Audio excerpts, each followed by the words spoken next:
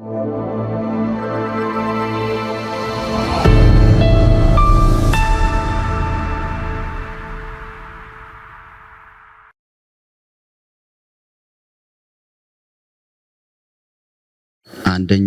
ነገሥት ምዕራፍ 18 ቁጥር 30 እስከ 46 ያለውን አብረን እናነባለን። እንደዚህ ይላል። ኤልያስም ሕዝቡን ሁሉ ወደ እኔ ቅረቡ አላቸው።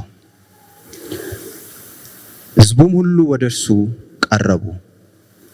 ፈርሶ የነበረውን የእግዚአብሔርን መሠዊያ አበጀ። ኤልያስም ስምህ እስራኤል ይሆናል የሚል የእግዚአብሔር ቃል እንደደረሰለት እንደ ያዕቆብ ልጆች ነገድ ቁጥር 12ቱን ድንጋዮች ወሰደ። ከድንጋዮቹም ለእግዚአብሔር ስም መሠዊያ ሠራ። በመሠዊያውም ዙሪያ 2 መስፈሪያ እህል የሚይዝ ጉድጓድ ቆፈረ። እንጨቱንም በተርታ አደረገ።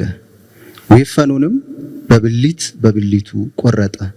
በእንጨቱም ላይ አኖረና 4 ጋን ውሃ ሙሉ በሚቃጠለው መስዋዕትና በእንጨቱ ላይ አፍስሱ አለ። ደግሞም ድገሙ አለ። እነርሱም ደገሙ። እርሱም 3ኛ አድርጉ አለ። 3ኛም አደረጉ። ውሃውንም በመሠዊያው ዙሪያ ፈሰሰ። ደግሞም ጉድጓዱን በውሃ ሞላው። መስዋዕት ሰርክ በሚቀርብበት ጊዜ ነቢዩ ኤልያስ ቀርቦ አቤቱ የአብርሃምና የይስሐቅ የእስራኤልም አምላክ ሆይ አንተ በእስራኤል ላይ አምላክ እንደሆንክ እኔም ባሪያ እንደሆንኩ ይህንም ሁሉ በቃል እንዳደረግኩ ዛሬ ይገለጥ። አንተ አቤቱ አምላክ እንደሆንክ ልባቸውን ደግሞ እንደመለሰ ይህ ሕዝብ ያውቅ ዘንድ ስማኝ፣ አቤቱ ስማኝ አለ። የእግዚአብሔርም እሳት ወደቀች፣ የሚቃጠለውንም መስዋዕቱንም እንጨቱንም ድንጋዮቹንም አፈሩንም በላች። በጉድጓዱ ውስጥ ያለውን ውሃ ላሰች። ሕዝቡም ሁሉ ያንን ባዩ ጊዜ በግንባራቸው ተደፍቶ እግዚአብሔር እርሱ አምላክ ነው፣ እግዚአብሔር እርሱ አምላክ ነው አሉ። ኤልያስም ከበዓል ነቢያት አንድ ሰው እንዳያመልጥ ያዙ አላቸው። ያዟቸውም። ኤልያስም ወደ ቂሶን ወንዝ ወስዶ በዛ አሳረዳቸው። ኤልያስም አክዓብን የዝናቡ ውሽንፍር እጅግ ነውና ተነስተ ውጣ ብላም ጠጣም አለው። አክዓብም ሊበላና ሊጠጣ ወጣ። ኤልያስም ወደ ቀርሜሎስ አናት ወጣ። ፊቱን በጉልበቱ መካከል አድርጎ በግንባሩ ተደፋ። ብላቴናውንም ወጥተህ ወደ ባህሩ ተመልከት አለው። ወጥቶም ተመልክቶም ምንም የለም አለ። እርሱም 7 ጊዜ ተመላለስ አለው። ብላቴናውም 7 ጊዜ ተመላለሰ።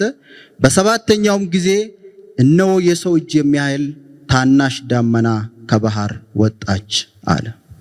እርሱም ወጥተህ አክዓብን ዝናብ እንዳይከለክል ሰረገላን ጭነህ ውረድ በለው አለ። ከጥቂት ጊዜ በኋላ ሰማዩ ከደመናው ከንፋሱ የተነሳ ጨለመ፣ ብዙም ዝናብ ሆነ። አክዓብም በሰረገላው ተቀምጦ ወደ ኢይዝራኤል ሄደ። የእግዚአብሔር እጅ በኤልያስ ላይ ነበረች። ወገቡንም አሸንፍጦ ወደ እስራኤል እስኪገባ ድረስ በአክዓብ ፊት ይሮጥ ነበረ። አሁን ያነበብነው አንደኛ ነገሥት ምዕራፍ 18 ከቁጥር 30 እስከ 46 ያለው ነው። አንድ ታሪክ ነው ያነበብነው መጽሐፍ ቅዱስ ውስጥ ያለው። እንግዲህ ታሪኩም ወደ ኋላ መለስ ብለን በጥቂቱም የምናይ ይሆናል። በዚህ ጊዜ በዚህ ዘመን አሁን ባነበብንበት አውድ መሰረት በዛን ዘመን ንጉሥ ሆኖ ሕዝቡን ሲገዛ የነበረው ንጉሱ አካብ ይባላል። እንዲሁም ደግሞ በአገልግሎት ደግሞ እግዚአብሔር ቤት የሚያገለግል እግዚአብሔር ፊት የነበረው ደግሞ ነብዩ ኤልያስ የሚባል አለ። በእነሱ ዘመን ነው እንደነዚህ አይነት ታሪኮች የምናየው ማለት ነው።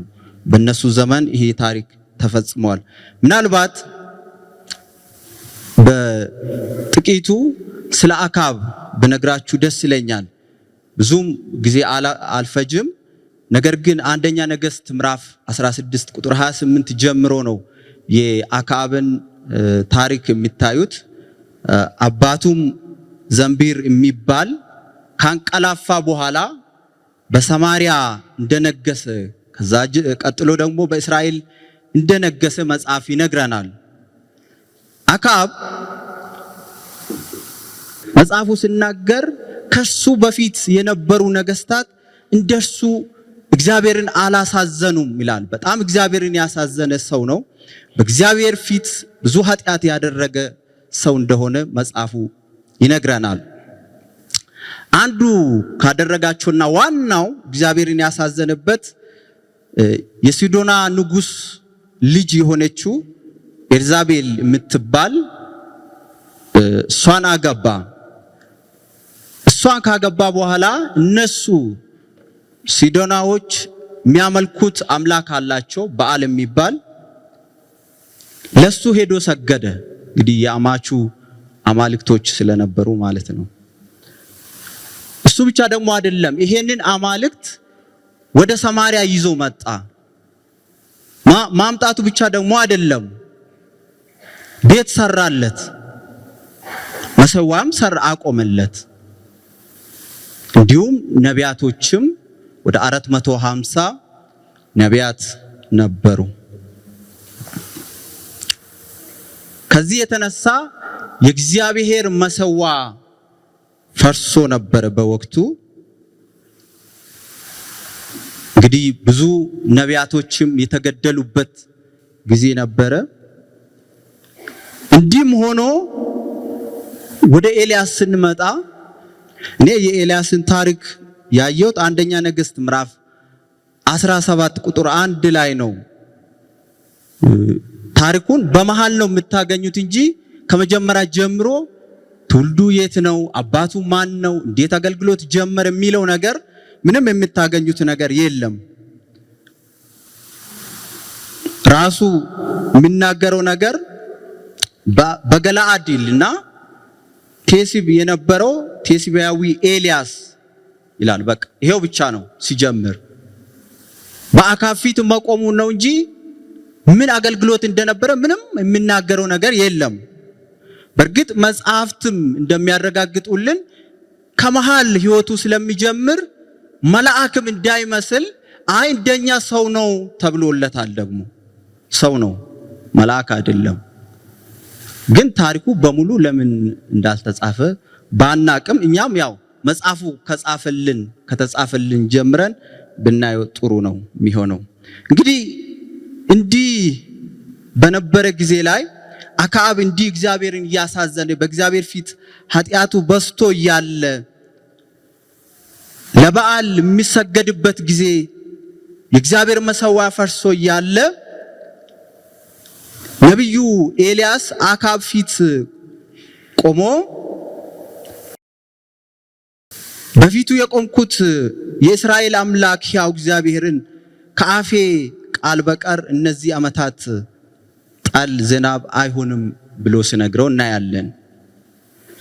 እግዚአብሔር ሲቆጣ እናያለን። ይህ ኃጢአት እንግዲህ የመጣው በአካብ በኩል ነው። ለሕዝቡም ደረሰ። እንግዲህ አሁን ሁሉም ነው የሚቀጡት ማለት ነው። ቀጥሎ እግዚአብሔር ለኤልያስ አንድ ቃል ይነግረዋል። አሁን በቃ ከዚህ በኋላ ዝናብ ስለማይኖር ተነስተ በዮርዳኖስ ትይዩ ኩረትፋፋ የሚባል ወንዝ ዋሻ ውስጥ ሂድና እዛ ተሸሸግ፣ ቁራዎች እዛ ይመግቡሃል ብሎ እግዚአብሔር አዘዘው። በዚሁ መሰረት ኤልያስ ታዞ ወደዚህ ዋሻ ገባ። ጧትም በየጧቱም ይላል በየማታውም ቁራዎች ስጋና እንጀራ ያመጡለት ነበር ይላል። ከዕለታት በኋላ ይሄ ወንዝ ይደርቃል።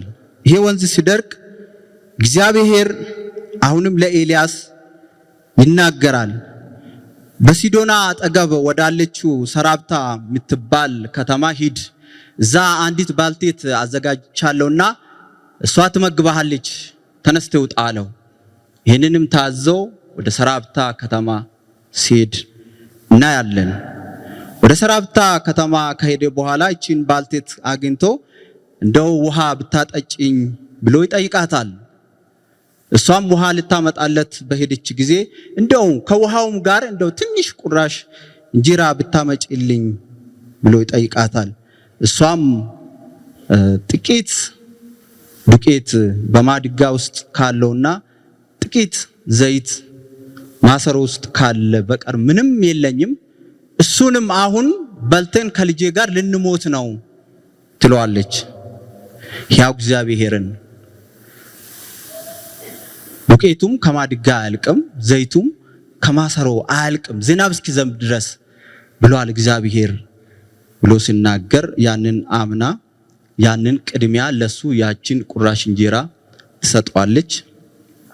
እንግዲህ እንደምታውቁት ለብዙ ጊዜ አልጎደለም፣ ዘይቱም አልጎደለም፣ እንዲሁም ዱቄቱም ሳይጎል ብዙ ጊዜ ቆዩ። ከብዙ ጊዜ በኋላ እግዚአብሔር 3 ዓመት ተኩል አካባቢ ከሆነ በኋላ ዝናብ የለም፣ ምንም የለም። እግዚአብሔር አካብን ኤልያስን እንዲህ አለው፣ ሂድ ለአካብ ተገለጥ፣ በምድር ላይም ዝናብ እሰጣለሁ የሚል የእግዚአብሔር ቃል ወደ ኤልያስ መጣ ይላል።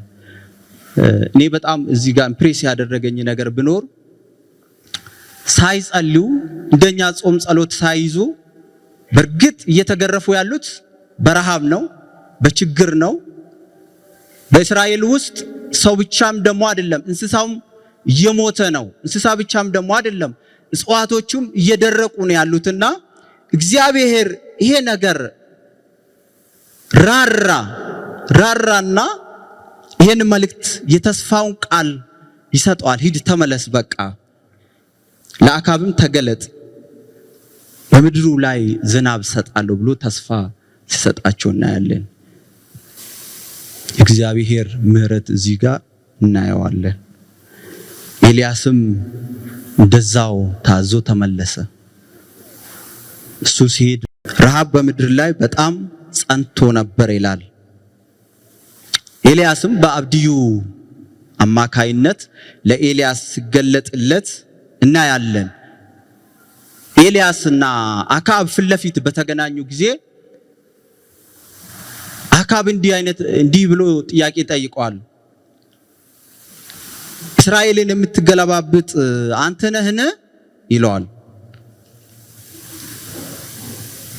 ኤልያስ ምንም እውነታውንም ሳይደብቅ ምንም ሳይፈራ ሪስኩንም ወስዶ ማለት ነው፣ አይ እስራኤልን የምትገለባብጡ የእግዚአብሔርም ትእዛዝ ትታችሁ በዓልንም የተከተላችሁ እናንተና የአባታችሁ ቤት ነው እንጂ እኔ አይደለሁም የሚል መልስ ሰጥ እናያለን። በጣም ሪስክ ያለው መልስ ነው። አንተና ማለት ወደሱ መመለስ የዚህ ህዝብ ችግር መከራ አንተና ብሎ ለንጉስ መመለስ ማለት ቀላል አይደለም። ለነፍሱም ጥንቃቄ ሳያደርግ ማለት ነው። ይሁን እንጂ አንድ መፍትሄ እንዳለ ደግሞ ያሳየዋል። በቃ አሁን እንደዚህ አድርግ ይለዋል። እስራኤልን ሁሉ በኤልዛቤልም ማዕድ የሚበሉትን 450 የበዓል ነቢያትን 400 የማምለካ አጸደ ነቢያት ወደ ቀርሜሎስ ተራራ ሰብስብልኝ አለው። አሁን መፍትሄ ይኖራል። ይሄንን ሰብስብልኝ ሲል አክዓብ ወደ እስራኤልም ሁሉ ልኮ ነቢያቶችንም ወደ ቀርሜሎስ ተራራ ሲሰበስባቸው እናያለን። ያው ታሪኩን ትንሽ እንድናቅ ብዬ ነው። ያው ኦሬዲ እናቃለን፣ ሪቫይስ ለማድረግ ብዬ ነው። ቁጥር 21 ላይ በጣም የሚገርም ነገር ነው። ማለት ልብንም የሚነካ ሐሳብ ነው። ኤልያስና ህዝቡ ፊት ለፊት በተገናኙ ጊዜ ኤልያስ አንድ ጥያቄ ጠየቀው ህዝቡን።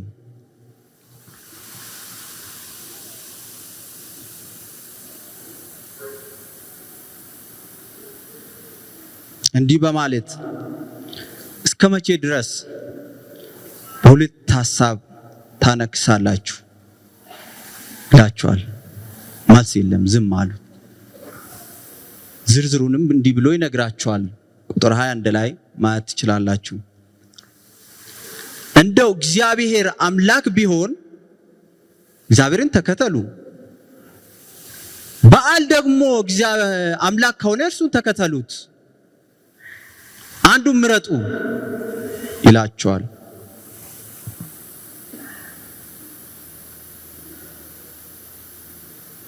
የሚገርም ነገር ህዝቡ አንዲት ቃል አልመለስለትም ይላል። የሚገርም ነው። በዓልን ይወዱታል ማለት ነው። በሌላ መንገድ ዝም አሉ። አስፈላጊ ነው የሚል ሐሳብ አላቸው። ዝም ነው ያሉት። ምረጡ፣ የትኛው ነው አምላክ? በዓል ነው ወይስ እግዚአብሔር ነው? ለምን በሁለት ሐሳብ ትቸገራላችሁ ስላቸው አይ መልስ መስጠት አልፈለጉም፣ ዝም አሉ። ያው በርግጥ መልስ አለመስጠታቸው ሌላ ኢምፕሊኬሽን ሌላ አንድምታ አለው። የሚሰጠው መልስ አለው ራሱን የቻለ ማለት ነው። ስለዚህ አንድ መፍትሄ መምጣት ነበረበት። ነብዩ ኤልያስ በቃ እንደሱ ከሆነ የበዓል ነቢያቶች አሉ፣ እኔ እዚህ ጋር አለው፣ 2 ወይፈኖች አዘጋጁልን፣ በየብሊቱ ይደረግ፣ እንጨት በተርታ ይቀመጥ፣ እዛ ላይ መሰዋ ይሰራ፣ ከስሩ ምንም አይነት እሳት አናስቀምጥም፣ እናንተም እንደዚሁ እኔም እንደዚሁ ካደረገን በኋላ እናንተም የአምላካችሁን ስም ጥሩ፣ እኔም የእግዚአብሔርን ስም እጠራለሁ፣ ሰምቶ የሚመልስ በእሳት የሚመልስ እርሱ አምላክ ይሁን ብሎ ሲናገር ህዝቡ ይሄንን ሲሰሙ አይ ይሄ ቆንጆ ሐሳብ ነው አሉ።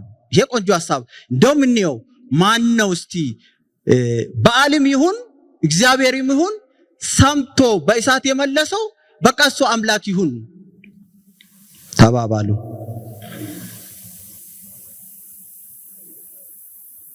ያው እንደምታውቁት ኤልያስ ለነሱ ምርጫ ሰጣቸው። ብትፈልጉ ወይፈኑን ምረጡ፣ ሰዓቱንም ልስጣችሁ፣ ረጅም ሰዓት ልስጣችሁ፣ ቅድሚያ ልስጣችሁ፣ እናንተ ብዙ ናችሁ። እንደተባለው ወይፈኑም ይታረድ፣ በብልት ይደረግ፣ እንጨቱ ላይ ይቀመጥ፣ ከስርም ምንም አይነት እሳት አታድርጉ፣ አምላካችሁን ጥሩ፣ በቃ እናንተም እንዲያደርጉ እኔም በኋላ ላይ እንደዚህ ያደርጋለሁ የሚል ውርርድ ውስጥ ይገባሉ። አደረጉ። የሚገርም ነገር መጽሐፍ ሲናገር ድምጽም አልነበረም የሚመልስም አልነበረም ይላል። በኋላ ኤልያስ ሲያላግጥባቸው እናያለን። ኧረ ተው፣ ተኝቶ እንዳይሆን ወይ ገበያ ሄዶ እንዳይሆን እባካችሁ ድምጻችሁን ከፍ አድርጋችሁ በቃ እስከ መጨረሻ በሉ ይላቸዋል። ቢጮውም ምንም መልስ አልነበረም። ቢያሸበሽቡ በዓል ወስማን ቢሉ ምንም የሚሰማ አልነበረም። ይልቁንም እንደ ልማዳቸው ይላል መጽሐፍ ቅዱስ በቀጭኔና በካራ ራሳቸውን እየመቱ እያደሙ ቢሉ ምንም መልስ አልነበረም። እንዲህ ያደረጉ የኤልያስ ተራ ደረሰ። የሰርክ መሰዋ የሚቀርብበት አይ ቲንክ ወደ 9 ሰዓት አካባቢ ደርሷል። አሁን ኤልያስ ደግሞ በተራው ጀመረ። ቁጥር 30 ላይ ካያችሁ ኤልያስም ሕዝቡን ሁሉ ወደኔ ኑ አላቸው፣ ቅረቡ እዩ ሲላቸው እናያለን። የመጀመሪያ ያደረገው ነገር ነው በጣም ልብን የሚነካ። ፈርሶ የነበረውን የእግዚአብሔርን መሰዊያ ምን አረገ? አበጀ፣ ሰራ። ፈርሶ የነበረውን የመጀመሪያ ያደረገው ይሄንን ነው። አንደኛ ነገሥት ምዕራፍ 19 ቁጥር 10 ላይ ኤልያስ በእግዚአብሔር ፊት በቆመ ጊዜ የእስራኤል ልጆች ቃል ኪዳንን ትተዋልና መሰዋዮችንም አፍርሷልና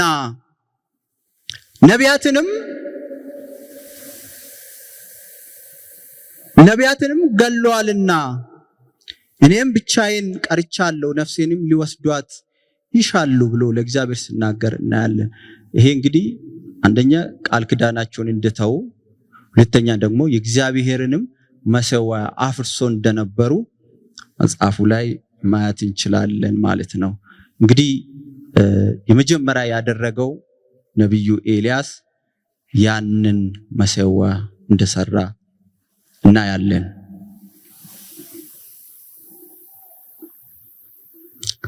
ያንን አድርጎ 12 ድንጋዮችን እንደወሰደ ቅድም ባነበብነው መጽሐፍ ውስጥ ነበርና 12 ድንጋይ እንደ እስራኤል ነገድ ወስዶ በሱ መሰረት መሰዊያውን ሰርቶ እንጨቱንም በተርታ አስቀምጠው የወይፈኑንም ብሊት በብሊት አድርጎ እሱ ላይ ረብርቦ አሁን በሉ 3 ጋን ውሃ ሙሉ አሏቸው። ምናልባት እሳት አለ እንዳይባል በደንብ እርግጠኞች እንዲሆኑ ድፉበት አለ። መሰዊያው ላይ ደፉ። አሁንም ድገሙ አለ። አሁንም አስደገማቸው። 3ኛውም ሲያስደግማቸው እናያለን። በኋላ ጉድጓዱም ሞልቶ ሲፈስ በመሰዊያው ዙሪያ ውሃ በውሃ ሲሆን ይታያል። ይሄንን ካደረገ በኋላ ኤልያስ 36 እና 30 ቁጥር 36 እና 37 ላይ ጸሎት ሲጸልይ እናያለን። ለእግዚአብሔር ጸሎት ሲያቀርብ እናያለን። ቁጥር 38 ላይ የእግዚአብሔርም እሳት ወደቀች ይላል። መሰዊያውንም እንጨቱንም ድንጋዮቹንም አፈሩንም ሳይቀር በላች ይልና በጉድጓድ ውስጥ ያለውንም ውሃውንም ላሰች ብሎ ይነግረናል። የዛን ሰዓት ነው ለዩ የተባለውን ሐሳብ አሁን ተገለጠላቸውና እግዚአብሔር እርሱ አምላክ ነው፣ እግዚአብሔር እርሱ አምላክ ነው በሚል በግንባራቸው ተደፍተው ለእግዚአብሔር ዕውቅና ሲሰጡ እናያለን። እዚህ ቦታ ላይ ይሄንን እሳት ከሰማይ ወርዶ እንዲህ ሲያደርግ ሲያዩ ማለት ነው።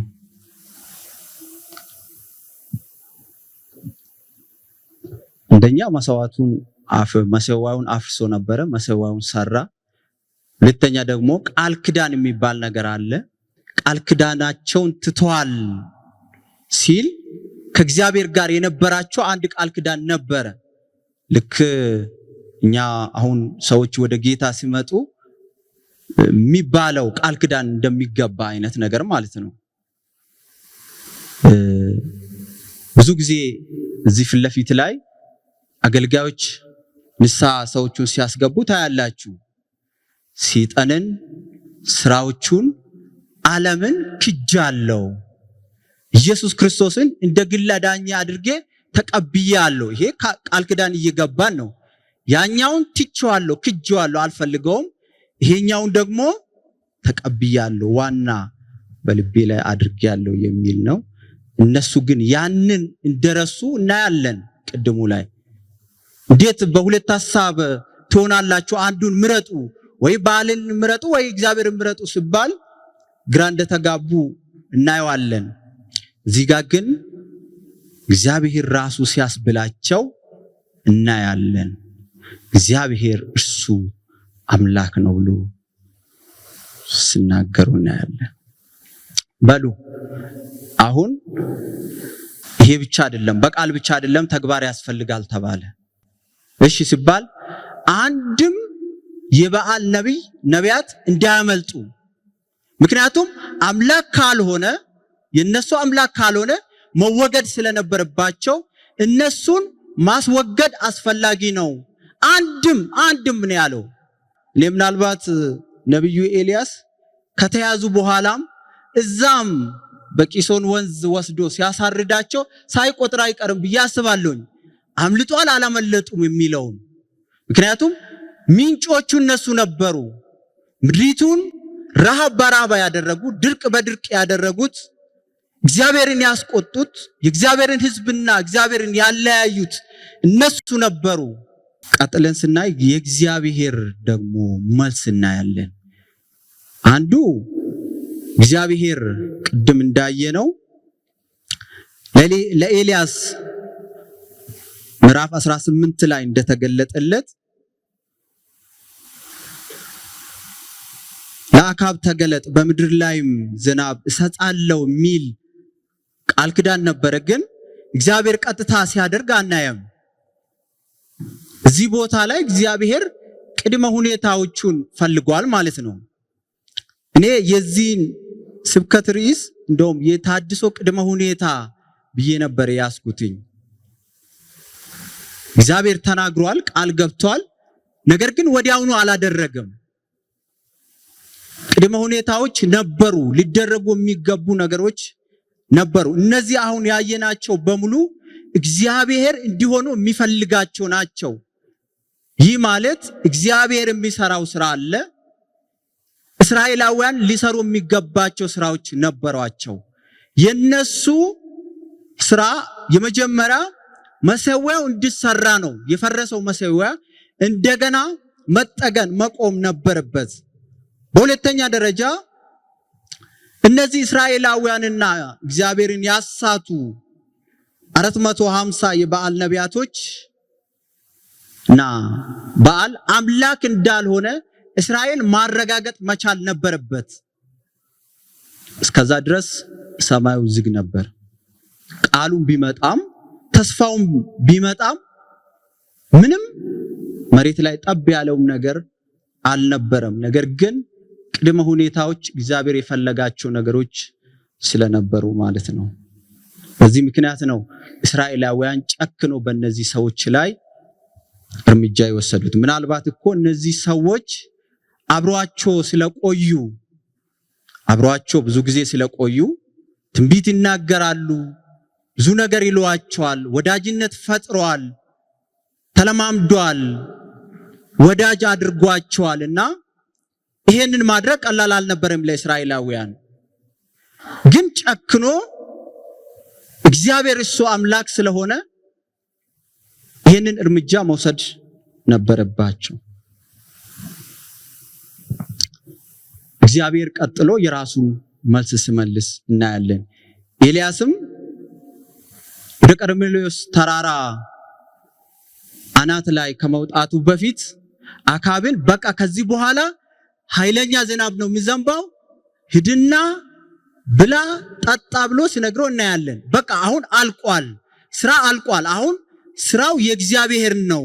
ከዚህ በኋላ ስራውን የሚሰራ እግዚአብሔር ነውና አንተ ሂድና ብላ ጠጣ ሲለው እናያለን። እሱ ራሱ ግን ከዛ ወንዝ ተመልሶ ወደ ተራራው መውጣት ነበረበት። እዛ ላይ ሆኖ መጸለይ ነበረበት። መሰዊያ የሰራበት ቦታ ስለነበረ እዛው መሰዊያ ቦታ መሄድ ነበረበት። እዛ ቦታ ላይ መጸለይ የነበረበት መጽሐፉ ሲናገር ፊቱን በጉልበቱ መካከል አድርጎ በግንባሩ ተደፍቶ ጸለየ። መጀመሪያ ላይ ልጁን ሲልክ ምንም የለም። ሁለተኛ፣ ሶስተኛ፣ ሰባተኛ ላይ የሰው እጅ የምታህል ዳመና ስትወጣ እናያለን። በዛን ጊዜ በልበቃ አሁን ሂድ ለአካብ ንገረው ቶሎ ይውረድ፣ አሁን ዝናቡ ኃይለኛ ነው የሚሆነውና ብሎ ሲነግር እንመለከታለን። ዝናቡም ወዲያውኑ ዳመና በዳመና ሲሆን ሰማዩ ንፋስም ሲሆንና ምድሪቱ ላይ ብዙ ዝናብ ይላል መጽሐፍ ቅዱስ ሲናገር ብዙ ዝናብ ሲዘንብ እንደነበረ ምድሪቷም እንኳን 3 ዓመት ተኩል ማለት አሁን በእኛ ሀገር እንደሱ አይነት ነገር ቢሆን በጣም ከባድ ነው። 3 ዓመት አይደለም 2 ዓመት 1 ዓመት ራሱ በጣም ከባድ ነው። እንግዲህ ብዙ ነገሮች ጠፍተዋል። ምድር ራሱ ተሰነጣጥቆ ስንት ነገር ሆኗል። ስንት እንስሳ ሞቷል። ስንት እጽዋቶች ደርቋል። በጣም ብዙ ነገር የሆነበት ጊዜ ነበረ። ይህ ዝናብ ሲዘንብ ግን ምድሪቱን ሲያሳርፍ እናያለን። እግዚአብሔር እንደገና ሲጎበኛቸው እናያለን። እንደ ተስፋው ቃል እግዚአብሔር ይህንን ሲያደርግ እናያለን። ምናልባት ታዲያ እነሱ እንደዛ ቢሆን ታዳኛ ምን በብሉይ ኪዳን ነው የዛኔ የተሰራው እኛን ምን ይመለከተናል የሚል ሰው ካለ ከዚህ እንግዲህ የምንማረው ግን አለ። አንደኛ ነገሥት ምዕራፍ 18 ቁጥር 1 ላይ ቅድምም ተናግሬ ያለውኝ ልክ አገልጋዮች እዚህ ቦታ ቆሞ ብዙ ዓመታትንም አስቆጥረዋል። እየሰማንም የቆየ ነው የእግዚአብሔር ተስፋ ቃል አለ። እነሱም ልክ ሰምተዋል፣ ለነሱም መጥቶላቸዋል፣ ለኛም እንዲሁ ይመጣልናል። እግዚአብሔር ተስፋ ቃል ነገር ግን ይሄ ተስፋ ቃል ቅድመ ሁኔታዎችን ይፈልጋል። እንዲሁ አይወርድም፣ እንዲሁ አይፈጸምም። ታድሶ የራሱ የሆነ ቅድመ ሁኔታዎች ይፈልጉታል። መስተካከል ያለባቸው ነገሮች መጸለይ ጥሩ ነገር ነው፣ በጣም አሪፍ ነገር ነው። ቀጥሎ ግን ማድረግ የሚገቡ ጉዳዮች ግን አሉ። እውነት ነው፣ እግዚአብሔር የፍቅር አምላክ ነው፣ የርህራሄ አምላክ ነው። ሰውን ለማዳን ሰውን ወደርሱ እንዲመለስ እግዚአብሔር ብዙ ነገር ያደርጋልና ስለዚህ የኛና የነሱ የሆነ የሚመሳሰሉ ነገሮች አሉ። የነሱ ዝናብ ነው፣ የኛ መንፈሱ ነው፣ የመንፈሱ ዝናብ ነው።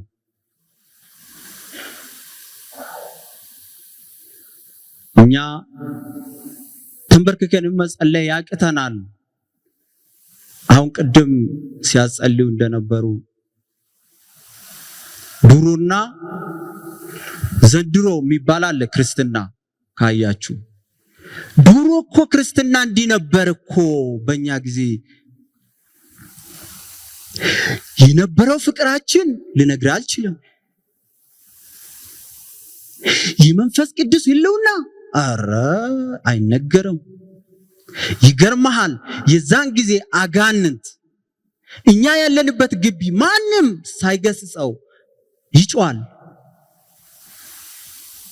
አጋንንት የሚገሰጽበት ጊዜም አልነበረውም፣ ራሱ ነው የሚጮው።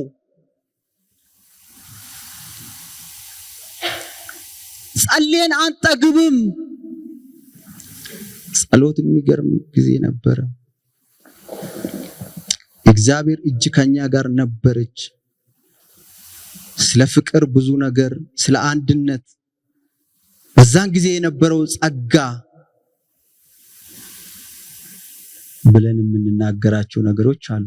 አሁን ሲባል አሁን አይነገርም። እንደው እግዚአብሔር ደክሞት ይሁን እንዴ ነው ወይስ እንዴት ነው?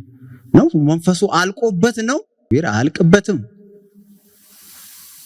እግዚአብሔር ሁሌ አዲስ ነው። ስለዚህ ለምን የዱሮ ብቻ እንላለን? አሁን እኮ ታድሶ ይሁን ስንል እንደ ቀድሞ ዘመናችን አዲስ ይላል አይደል መጽሐፍ ላይ። ስለዚህ ምን ነክቶን ነው? ምናልባት ከነሱ ጋር የሚመሳሰሉ ነገሮች እንዳሉ እናያለን። እኔም እንኳ በዚህ ቃል መሰረት ብዙ ህይወቴን እያየሁበት ያለው ነገር አለ። እንዲህም አይቼም አላቅም። እንግዲህ አንደኛ ነገሥት ምዕራፍ 18 ቁጥር 21 ላይ በትክክል ከኛ ጋር አንድ የሆኑ ጉዳዮችም ደግሞ ከዛ የምንማራቸው ነገሮች አሉ። ኤልያስ እስከ መቼ በሁለት ሐሳብ ብላችኋል? እስከ መቼ በሁለት ሐሳብ ታነክሳላችሁ? ምረጡ። ይሄ እኮ ባይዘው የአዲስ ኪዳን ስብከት ነው እንጂ ይሄ ነገሥት 18:21 ላይ ያለው የብሉይ ኪዳን አይመስልም። ቀጥታ የሚመስለው የብሉይ ኪዳን ህይወት ነው። ምረጡ ይላቸዋል። ምናልባት ከኛ ጋር የሚያመሳስለው ያዕቆብ መልእክት ላይ አዲስ ኪዳን ውስጥ እንግባና እናያለን። ያዕቆብ መልእክት ምዕራፍ 4 ቁጥር 8 ላይ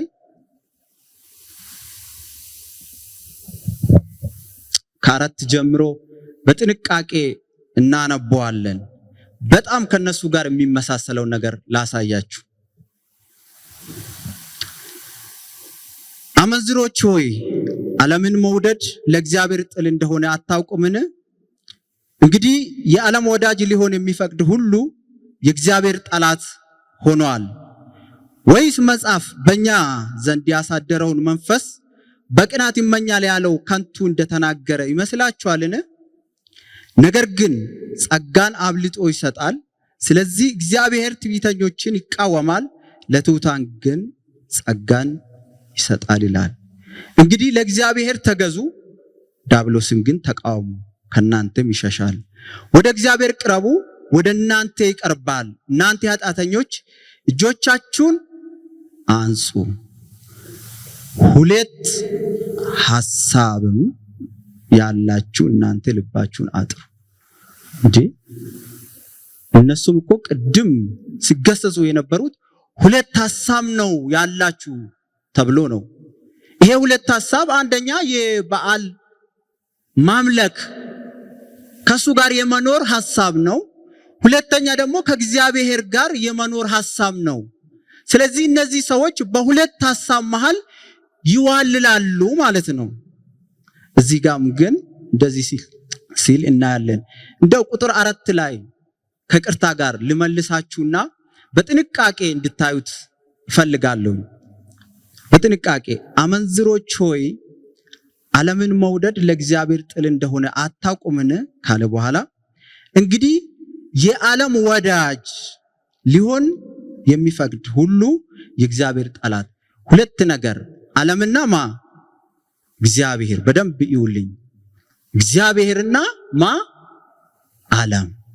የዓለም ወዳጅ የእግዚአብሔር ጠላት። አንድ ቁጥር 5ን ዝለሉና ቁጥር 6 ላይ ነገር ግን ጸጋን አብልጦ ይሰጣል። ስለዚህ እግዚአብሔር ትዕቢተኞቹን ይቃወማል፣ ለትሑታን ግን ጸጋን ይሰጣል። ሁለት ነገር ትዕቢትና ትሕትና የሚባሉ። ትዕቢት የአጋንንት እንደሆነ የሰይጣን እንደሆነ መጽሐፍ ቅዱስ ይነግረናል። እሱም የወደቀው በትዕቢት ነው።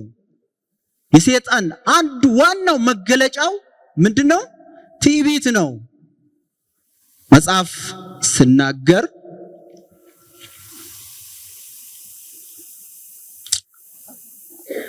እኔ የዋህ በልቤም ትሑት ነኝ ያለው እግዚአብሔር ነው። ስለዚህ በተቃራኒ እንደሆነ ሁለቱን ይውልን መገለጫዎቻቸው ናቸው፣ ግን አሁንም ሁለት ስለ እግዚአብሔርና ስለ ሰይጣን ስለ ዲያብሎስ እንደምናገር ላሳያችሁ ብዬ ነው። አሁንም 7ኛ ላይ እንሂድ። እንግዲህ እዚሁ ያዕቆብ መልእክት ምዕራፍ 4 ላይ ነው ያለውት። ቁጥር 7 እንግዲህ ለእግዚአብሔር ተገዙ፣ ዲያብሎስን ግን ተቃወሙ፣ ከናንተም ይሸሻል። አሁን ስለማንና ማን ነው የምናገረው? ስለ እግዚአብሔርና ስለ ዲያብሎስ ሁለት። አሁንም ሁለት። አሁን 8 ላይ ሲደርስ ያስረዋል። ምን በማለት ሁለት ሐሳብ ያላችሁ እናንተ ልባችሁ ምን በሉ አጥሩ፣ ለዩ። በቃ አሁን መለየት ያስፈልጋል ይላል። ወደታች ታዩ፣ ተጨነቁ፣ እዘኑ፣ አልቅሱ፣ ሳቃችሁ ወደ ሐዘን፣ ደስታችሁ ወደ ትካዜ ይለወጥ። በጌታ ፊት ራሳችሁን አዋርዱ፣ ከፍ ከፍም ያደርጋችኋል ይላል። ስለዚህ አይመሳሰልም ብላችኋል። ይመሳሰላል አይደል? አዎ፣ አንድ አይነት ነው። ስለዚህ እግዚአብሔር አንድ ነገር ይፈልጋል ማለት ነው። ይሄንን ሐሳብ እንድናጠራለት ይፈልጋል፣ እንድንለይለት ይፈልጋል። ተለዩልኝ የሚለው ሐሳብ አለው ማለት ነው። እንድንለይለት ወይ ብዙ ጊዜ ሰዎች እንደው ዓለም አሁንማ ቤተክርስቲያን ገብታ ከነ እግሩ ከነ እጇ ገብታ ምናምን ይላሉ። አሁን አንዳንድ ሰው የሚያስበው ይመስለኛል እዚሁ ዓለም እዚህ ዱቅ ዱቅ ብላ የምትሄድ ይመስላል። አይደለም። ዓለም አእምሯችን ውስጥ ነው ያለችው፣ ሐሳባችን ውስጥ ገብታለች፣ ልባችን ውስጥ ነው ያለችው እያለ ነው መጽሐፉ። ልብ ውስጥ ገብታለች። ስለዚህ እናጥራው፣ እንለየው። ባይሰው ይሄ ነገር ቁጭ ተብሎ የሚታይ ጉዳይ ነው እንጂ ከላይ እንዲሁ ዝም ብለን እንደው ሆይ ብለን የምንሄደው አይነት ነገር አይደለም ማለት ነው። ቁጭ ብለን መለየት ያስፈልጋል ማለት ነው። የትኛው ነው የእግዚአብሔር ሐሳብ፣ የትኛው የእግዚአብሔር ሐሳብ ያልሆነው የሚለውን ማየት ግድ ያስፈልጋል ማለት ነው። ታድሶ የምንፈልግ ከሆነ ታድሶ እንዲመጣ የምንፈልግ ከሆነ እንደሱ ማድረግ ያስፈልጋል ማለት ነው። ቁጥር 8 ላይ ወደ እግዚአብሔር ቅረቡ፣ ወደ እናንተ ምን ይሆናል? ይቀርባል። ስለዚህ ምን አርጉ? ልባችሁን ምን በሉ? አጥሩ፣ ለዩ፣ ለእግዚአብሔር ተለዩ። ልክ እስራኤላውያን በመጀመሪያ ደረጃ እግዚአብሔር እርሱ አምላክ ነው አሉ። በቃ አረጋገጡ። ቀጥሎ ግን የንስሐ ፍሬ ነው የሚባለው እርምጃ ነው የወሰዱት። ጠረጓቸው፣ አንድም ሳይቀር። ክብር ለእግዚአብሔር ይሁን። ምናልባት ይሄ ነገር ጭካኔም ይፈልጋል። ይሄን ለማድረግ መጨከን መቁረጥም ያስፈልጋል። ለምን ብትሉኝ አንዳንድ ሐሳቦች እንደውም ሄዶ ልምምድም ሆኗል እኛ ጋር። አሁን ከልምምድም አልፎ አንዳንድ ቦታ ደግሞ ባህሪም ሆኗል። ስለዚህ ሰዎች ሲናገሩ ራሱ የኔ ባህሪ ነው ይሉናል፣ የኔ ልምምድ ነው። ስለዚህ አትንካብኝ የሚከልሉት ነገር አላቸው። ይሄን ሐሳቤን አትንካብኝ፣ እይታዬን አትንካብኝ፣ ልምምዴን አትንካብኝ፣ ባህሪዬን አትንካብኝ ብሎ ይሄ ማለት እኮ እባብን እዚህ ስር ይዞ እንደመዞር አይነት ማለት ነው። ባይዞ የእግዚአብሔር ሐሳብ አይደለማ። የእግዚአብሔር ሐሳብ ያልሆነ ሁሉ የማን ነው? የሰይጣን ነው። ምንም የምንሸፋፍነው ነገርም የለም። ስለዚህ መለየት ይጠበቅብናል ማለት ነው። ለእግዚአብሔር መቀደስ ያስፈልጋል ማለት ነው። ልንቀደሰው መቁረጥ ያስፈልጋል ማለት ነው። እውነተኛ ታድሶ በሕይወታችን ውስጥ እንዲሆን፣ በቤተሰባችን ውስጥ እንዲሆን፣ በቤተ ክርስቲያንም በምድራችንም። ምናልባት እኮ ምድራችን ስቃዋን እየበላች ያለችው እኮ እኛ ውስጥ ባለው እንዳይሆን በእኛ ምክንያት ነው የምንለው። ታዲያ ምንድነው የኛ ምክንያት? ይሄ ካልሆነ በስተቀር እስራኤላውያን እኮ ይሄንን ሲያስወግዱት ምድሪቷ አረፈች፣ በቃ እረፍት አገኘች። ምናልባት ዋጋ የሚያስከፍልም ሊሆን ይችላል እኮ እንደዚህ አይነት ነገር ቆርጠን ስናደርገው። ኤልያስ እኮ ይሄ ዋጋ እንደሚያስከፍለው ያውቃል።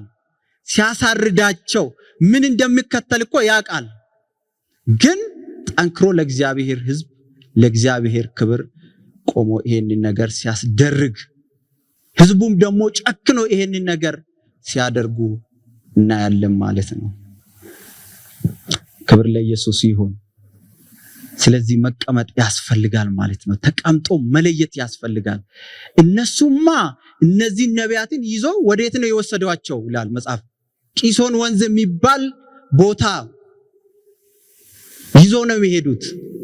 እኛ ግን እነዚህን ሐሳቦችን፣ ልምምዶችን፣ ባህሪዎቻችን የኛ እንዳልሆኑ ልንነግራቸው ይገባል። እስከዛሬ ተቀብለናል። ብዙ ሰው እኮ ተቀብሏል። በቃ የኔ ባህሪ ነው። እንደውም ጥንቃቄ መድረግ እንዳለበት ያስጠነቅቃቸዋል ቀድሞ። እኔ እንደዚህ አይነት ነገር አልወድም ይላቸዋል። ስለዚህ ጥንቃቄ ነው የምታረጉለት እንዳይነካበት እንትኑ የሱ የኔ ያለው የሱም አይደለም። በእርግጥ ባዕድ ነገር ነው።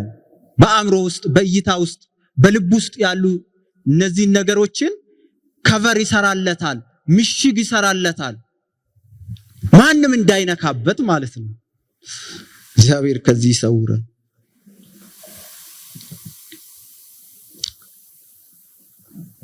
እዚሁ ያዕቆብ መልእክት ላይ ዝርዝሩን እንደው በተወሰነ ዝርዝሩን ለመጥቀስ ምዕራፍ 3 ቁጥር 13 ጀምሮ እንደዚህ የሚል ቃል አለ።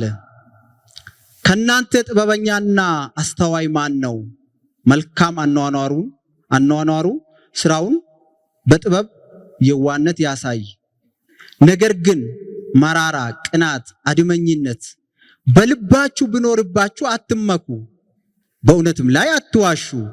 ይህ ጥበብ ከላይ የሚወርድ አይደለም፣ ነገር ግን የምድር ነው፣ የሥጋ ነው፣ የአጋንንትም ነው ብሎ ይነግረናል። አይገርምም? የአጋንንት እኛ የሥጋም በሉት የምድርም በሉት እንደ ሰውኛም በሉት የማን እንደሆነ እዚህ ጋር በደንብ አድርጎ ያስቀምጣል።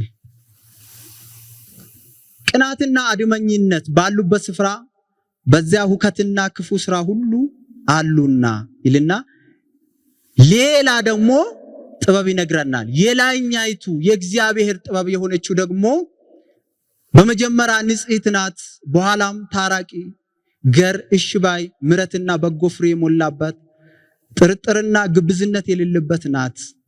የጽድቅንም ፍሬ ሰላምን ለሚያደርጉት ሰዎች በሰላም ይዘራል ይላል። እንግዲህ ይሄ ደግሞ የላይኛውን እንደሆነ ዝርዝሩ ብዙ ቦታ የሥጋ ስራም ብሎ በሌላ መንገድም ገላትያ ውስጥም ብንሄድ እንዲሁ እናገኛቸዋለን። ስለዚህ እውነተኛ ጸሎት ለመጸለይ የጸለይን ነው። በእርግጥ አሁንም ብዙ የታረዱ ይኖራሉ። በዚህ ጾም ጸሎት ላይ በእግዚአብሔር ቃል የጣላቸው ብዙዎች ይኖራሉ። አሁንም አንድም እንዳይቀር፣ አንዷ ከቀረች እሷ ራሷ ናት ስራ የምትሰራና ስለዚህ መጥረግ ያስፈልጋል ማለት ነው። ቅድም እንዳልኳችሁ እነሱ ሴፍ አላቸው። የኛ ሴፍ መሳሪያ የእግዚአብሔር ቃል እንደሆነ ዕብራውያን 4:12 ላይ ሄደን ብናነብ ይነግረናል። እንደው ብናነበው ጥሩ ነው። 4:12 ላይ የእግዚአብሔር ቃል ሕያው ነውና የሚሰራም ሁለትም አፍ ካለው ሴፍ ሁሉ ይልቅ የተሳለ ነው፣ ነፍስንና መንፈስን ጅማትና ቅልጥምን እስኪለይ ድረስ ይዋጋል ይልና የልብንም ስሜትና ሐሳብ ምን ያደርጋል? ይመረምራል። አያችሁ፣ መሳሪያው ይመረምራል፣ ይቆርጣል፣ ይለያል። መሳሪያለን ታጥቀናል። ደግሞ ብዙዎቻችን ትጥቃለን። ምናልባት እኮ መሳሪያውን ታጥቀን አጠገባችን ወዳጃችን መስሎን ጠላታችን ይዘን እየሄደን ይሆናል እኮ። ብዙ ሰው በህልሙ ብዙ ነገር ይታየዋል። ሲገላ ይታየው፣ ሲያሳድደው ግን ይታየዋል። እሱ ጠላት ነው። መጽሐፍ ሲናገር ሌባ ይላል ሊሰርቅ ሊያርድ ከዛስ ሊያጠፋ እንጂ ስለሌላ ወገኖቼ እኛ ቀድመ ነው ካላረን ነው በስተቀር አይቀርም፣ ያርደናል፣ ያጠፋናል። ደግሞ አትጠራጠሩ። በመጽሐፍ ቅዱስ ላይ ብዙ ቦታ ብታዩት ብዙ ሰዎች እግዚአብሔር ነግሯቸው እንዲያጠፉ እድል ተሰጥቷቸው ሳያጠፉ ቆይቶ በኋላ ራሱ አናጠፋም ያሉት ነገር ሲያጠፋቸው እናያለን በመጽሐፍ ቅዱስ ላይ። ቃይልን ማለት እንችላለን። እግዚአብሔር እኮ ቀድሞ ነግሮታል። ኃጢአት በደጅ ምን ታረጋለች? ፈጥነ ንገስባት ሲል ይችል ነበር እኮ መግደል ይችል ነበር እኮ ያንን ቅናቱን ይሄንን ኃጢአት መግደል ይችል ነበር። አቆየው፣ ሽሩ አርጎ አቆየው፣ በብቢቱ ስር አቆየው። በኋላ ምን እንደተፈጠረ ታዩታላችሁ። ወንድሙን እንዴት እንደገደለ። በአዲስ ኪዳን ውስጥ ይሁዳን ካያችሁ ይሁዳ ይሰርቅ ነበር ይላል። ከኢየሱስ ጋር ነው የነበረው። ይሄን ልማድ ሆኖበታል መስረቅ። እኛ ዛሬ ላንሰርቅ እንችላለን፣ የኛ ሌላ ሊሆን ይችላል። ልምምድ ሆኖ ከሱ ጋር የኖረ ነው። ኖሯል። በቃ ብዙ ጊዜ ነው የኖረው፣ ብዙ ጊዜ ነው የሰረቀው። ባይዘዌ እንደነዚህ አይነት ነገሮች ይፈለጋሉ፣ ይጣፍጣሉ እኮ ሲደረግ። አሁን ይጣፍጠዋል እኮ ያ ብር ሲሰርቅና ሲጠቀምበት ይጣፍጠዋል። በወቅቱ ምን አለበት ወይ ነጌቷል በቃ እያለ ልማድ ሆኖበት ይሄ ሐሳብ እሱ ውስጥ ቆይቶ መጽሐፍ ሲናገር በጣም ገንዘብ እየወደደ በራሱ ላይ ያነገሰ ስለነበረ መጽሐፍ ቅዱስ ሲናገር ቅድሚያ ሰይጣን ምን አስገባ ይላል? ሐሳቡ ቁጭ አለ፣ አስተናገደው፣ ያዘው። የሚገርማችሁ ነገር ሐሳቡን ካስገባ ከተቀበለ በኋላ ራሱ ሰይጣን መጨረሻ ላይ ምን ሆነ? ገባበት ይላል። በቃ አለቀ። በቃ በዛው ነው የሞተው። አንዳንዶቹ ፈጥነን ካልነቃንበት በህይወታችን ውስጥ ጊዜያችን እየበሉ ጉልበታችን እየበሉ መጨረሻ ላይ ያሰናብቱናል። እነሱ ራሳቸው ይገሉናል። ሳኦልም እኮ እግዚአብሔር ሲያዘው አማልቅ ጠላት ነው፣ አማልቅን አጥፋልኝ እኮ ነው ያለው። አጥፋ፣ ያንተም ጠላት ነው፣ የእስራኤልም ጠላት ነው፣ ደግሞ የቆየ ጠላት፣ ታሪካዊ ጠላት ነው። ለዚህ ጠላት እንዳትራራ ብሎት ነበር። በኋላ እንደምታዩት ያ ብላቴና ወደ ዳዊት የመጣው ምን ሆኖ ተገኘ? አማሌቅ ሆኖ ተገኘ። አማሌቅን አጥፋ ብሎት ሳያጠፋ ቀርቶ አማሌቅ ጨረሰው። አንዳንድ ነገሮቻችን እግዚአብሔር ከኛ ውስጥ እኛ እንድንገለው፣ እንድናስወጣው፣ እንድናርደው እድል ሰጥቶን እኛ ግን ካቆየነው በኋላ ላይ ራሱ ነው ይዞ የሚሄደው። ስለዚህ ለዚህ ጠላት ነው የምንራራው። እግዚአብሔር ይርዳን። አንዱ ይሄ ነው። ሌላ መሰዋ እነሱ ሰሩ። እኛ ደግሞ ዛሬ በግልም በቤታችንም በቤተሰባችን ውስጥ በቤተ ክርስቲያን ውስጥ ጸሎት እንዴት ነው? መሰዋችን እንደ ድሮ ነው? እንደ ቀድሞ ነው? እንዴት ነው? እንዴት ነው እያደረገን ያለ ነው? እሱ መታደስ መቻል አለበት ማለት ነው። ክብር ለኢየሱስ ይሁን። ይሄንን ካደረገን ለነሱ ዝናብ ብዙ ዝናብ ነው የዘነበላችሁ ይላል መጽሐፍ ቅዱስ። እኛ ደግሞ መንፈስ ቅዱስ ይዘንብልናል። አሜን። እግዚአብሔር ሰማይ ይከፍታል። እግዚአብሔር ባይዘው በእኛ ውሳኔ መጠን ነው የሚሰራው። እኛ በወሰንነው መጠን፣ እኛ በምንወስደው እርምጃ መጠን እግዚአብሔር ከኛ ጋር አብሮ ይሰራል። እግዚአብሔር ከጳውሎስ ጋር ጳውሎስ በእርግጥ ስታዩት የተሰጠ ብቻ ሳይሆን ስናገር ራሱ ስለ ጌታዬ ስለ ኢየሱስ ክርስቶስ እኔ በኢየሩሳሌም መገረፍ መታሰር እኮ አይደለም ለሞትም ምን ሆኛለሁ ተሰናድቻለሁ እኮ። መሰናዳት ያስፈልጋል፣ መጠንከር ያስፈልጋል፣ መጨከን ያስፈልጋል ማለት ነው። በዛው መጠን ለጳውሎስ የሚሰራው ስራ እና ለሌሎቹ ስታዩት በጣም ይለያያል። እግዚአብሔር እኛ በወሰንና በምንወስደው እርምጃ መጠን ከኛ ጋር ከኛ እጥፍ ይራመዳል። ክብር ለኢየሱስ ይሁን። አንድ እርምጃ ወደ እግዚአብሔር ብንራመድ እሱ ብዙ እርምጃዎች ወደኛ ይራመዳል። ሁለት ደግሞ ብናደርገው እንዴት አብልጦ ወደኛ ይቀርባል። ብንጨምር ደግሞ እንዴት አብልጦ ወደኛ እንደሚቀርብ መጽሐፍ ላይ መረዳት እንችላለን። እግዚአብሔር ይርዳን። በእውነት እግዚአብሔር እንደተናገረው እንደ ቃሉ እንደ ተስፋ ቃሉ ያደርጋል። ነገር ግን ከኛ አንድ ነገር ደግሞ ይፈልጋል። ቅድመ ሁኔታዎች ማጥፋት ያለብንና መስራት ያለብን ነገሮችን ከኛ እግዚአብሔር ዛሬ ይፈልጋል ማለት ነው። የሰማነውን ቃል ይባርክልን።